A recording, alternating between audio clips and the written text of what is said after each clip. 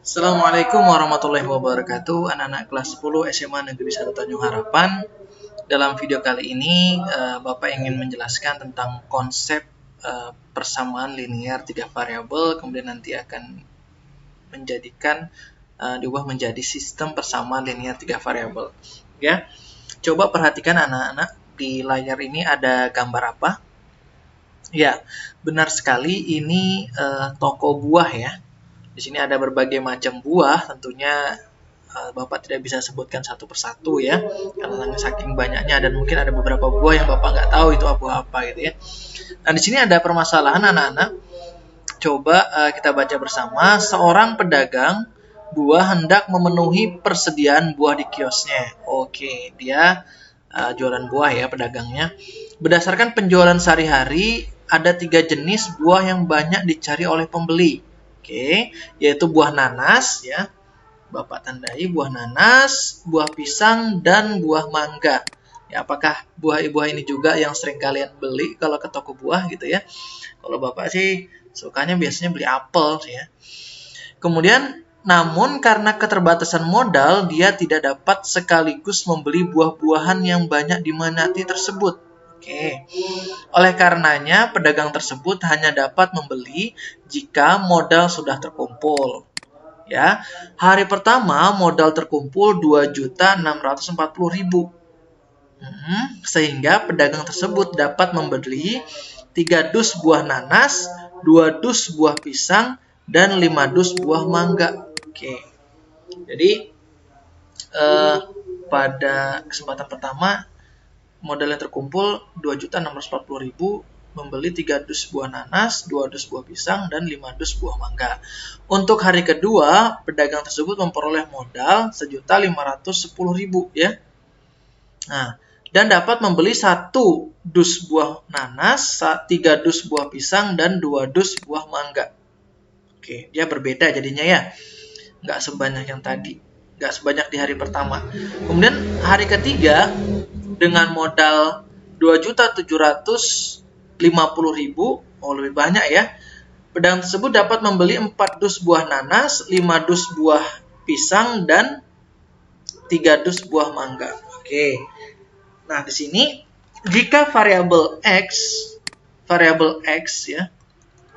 Jika variabel X menunjukkan harga per dus buah nanas, oke, jadi harga 1 dus buah nanas itu X ya. Kemudian variabel Y menunjukkan harga per dus buah pisang, dan variabel Z menunjukkan harga per dus buah mangga ya. Kenapa dimisalkan X, Y, Z? Karena kita nggak tahu nih ya, berapa harga per dusnya buah nanas, 1 dusnya buah pisang, 1 dusnya buah mangga, itu kita nggak tahu, makanya kita misalkan dengan sebuah variabel. Ya, bagaimana persamaan matematis yang dapat kalian bentuk dari permasalahan ini? Silakan kalian menyimak penjelasan berikut ini. Oke. Anak-anak, di sini kalian sudah mendengarkan tadi Bapak membacakan ini. Kalau kalian kurang jelas, kalian bisa pause videonya, kemudian kalian baca sendiri supaya lebih jelas ya. Nah, di sini anak-anak yang kita diminta untuk membuat persamaan ya, persamaan matematisnya.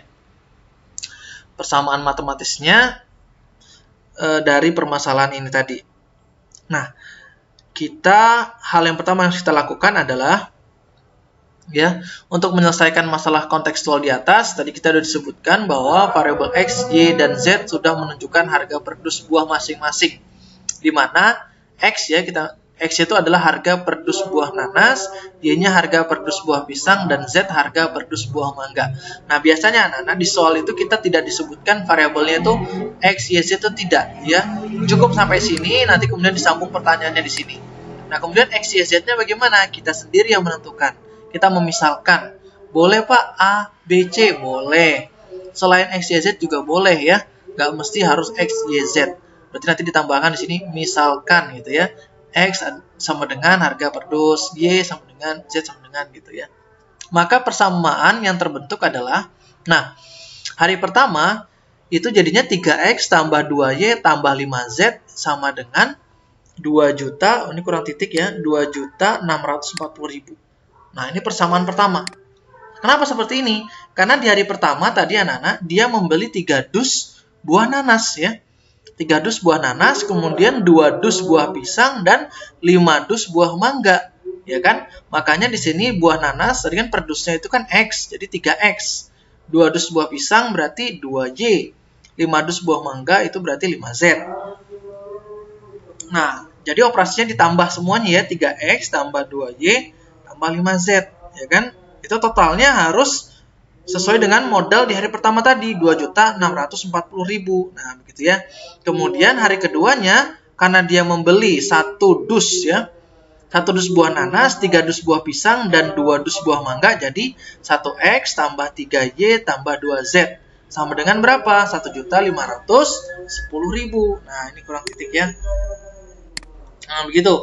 Kemudian persamaan ketiganya, persamaan kedua, persamaan ketiganya 4X ya, karena dia membeli 4 dus buah nanas, 5Y karena 5 dus buah pisang, dan 3Z karena membeli 3 dus buah mangga, sama dengan 2.750.000. Nah, ini menjadi persamaan. Ada berapa persamaan? Ada 3, persamaan 1, persamaan 2, persamaan 3 ya.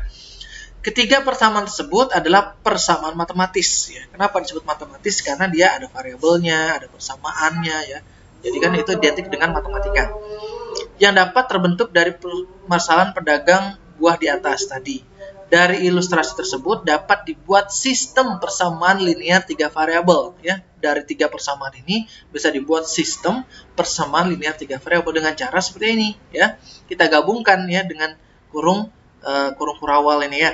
Kita gabungkan, artinya ketiga persamaan ini itu membentuk sebuah sistem ya, saling terkait. Jadi nilai X ini nanti sama ini anak-anak. Karena kan pasti X-nya sama. Kalau 10.000, kalau misalnya 10.000 satu dusnya, berarti ini X-nya semua diganti 10.000 ya. Y-nya ini sama nilainya, Z-nya ini sama nilainya. Nah, seperti inilah. Jadi menyusun sistem persamaan linear 3 variabel ya. Ini caranya dari permasalahan sehari-hari. Nah, mungkin kalian Mbak ada yang pertanyaan, nanti bisa ditanyakan ke WA atau Google Classroom. Insya Allah ini menurut Bapak ini bisa kalian pahami. Kalau belum, nanti ingat tanya, jangan diam saja ya.